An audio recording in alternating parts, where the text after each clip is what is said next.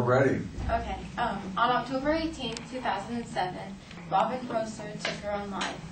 She lived in Montana and was a big medical marijuana advocate. In 2002, she went on a 60-day hunger strike, and she wanted to call attention to her plight and the good that medical marijuana did for her and for others by relieving pain and giving their lives some sense of normalcy. Robin lived with a lupus-like immunosuppressive disease for half of her life. She had a weak heart and faced perpetual muscle pain, nausea, and headaches. When it became clear that Robin was allergic to her prescribed medications, she turned to medical marijuana. "The moment I wake up, I'm in agony," she said, "and the only thing that allows me to get out of bed and have any kind of life is marijuana." In 2004, Montana passed a medical marijuana initiative with 62% of its voters in favor of it. One day in 2007, after the medical marijuana program was instituted in Montana, the DEA intercepted a package on its way to Robin containing marijuana from her state-registered caregiver. Her medication was seized by the federal government, and Robin's access to a very specific strand of medical marijuana was no more. Other caregivers in the group, patients, families united, and were trying to help Robin, but it was too much for Robin to endure the pain as she waited.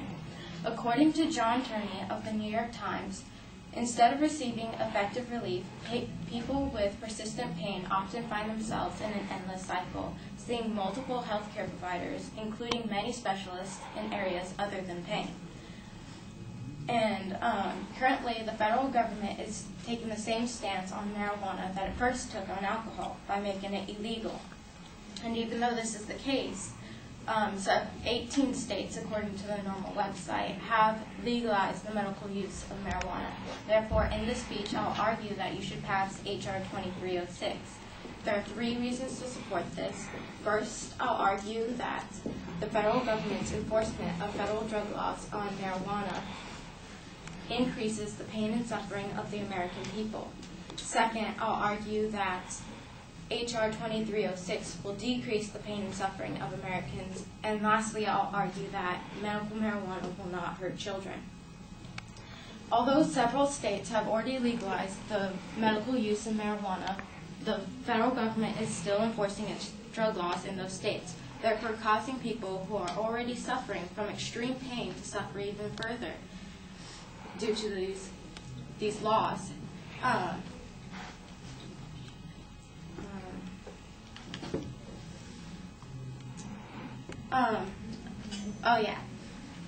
One such person is Richard Flohr.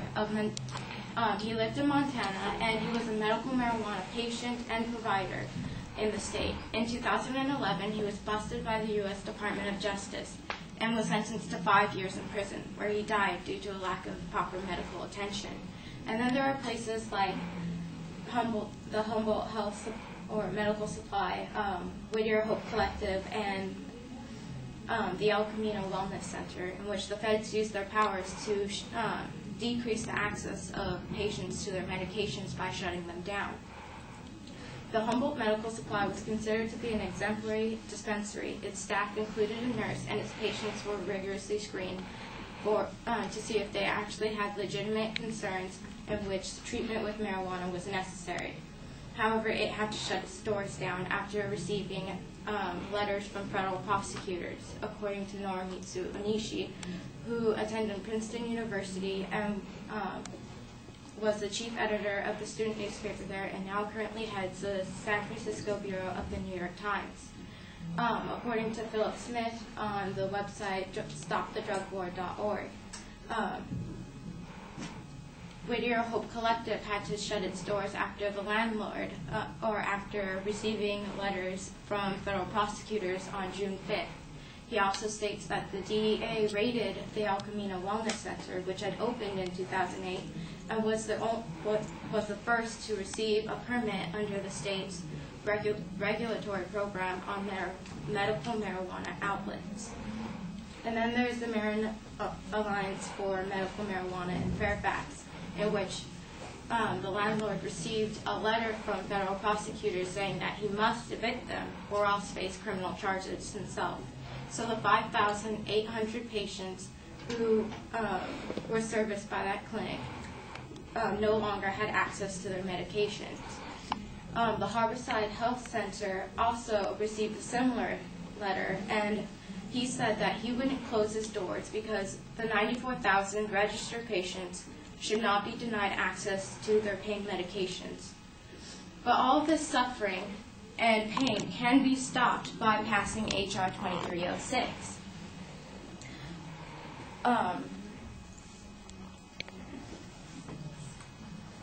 According to Dr. Igor Grant, who is a neuropsychiatrist and director of the Center for Medical Cannabis Research at UC San Diego, we're trapped in a kind of vicious cycle here. It's always a danger if the federal government acts upon certain kinds of persuasions or beliefs instead of the evidence.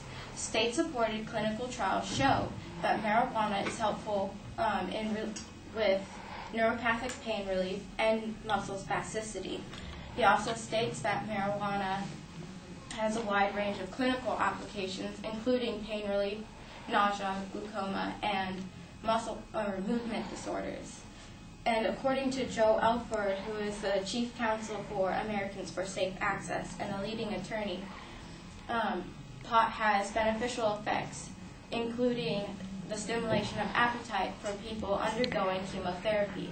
The stimulation of appetite is also beneficial for people who are suffering from HIV or the AIDS wasting away syndrome and eating disorders like anorexia. But given all of this information, the DEA is still opposing the legalization of medical marijuana because, and I quote, "The legalization of marijuana, no matter how it begins, will come at the expense of our children and public safety." However, this isn't true. Because people attempting to obtain marijuana for medical use must undergo a rigorous screening process in order to qualify, making it impossible for children to receive marijuana from these dispensaries, especially if they're like the Humboldt dispensary, in which they don't service people 18 or younger.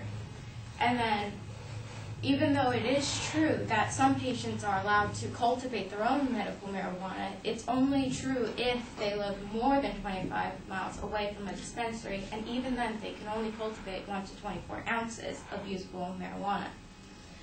And on top of that, patients must have a written medical doctor's note saying that they've been diagnosed with a specific serious illness that requires treatment with marijuana.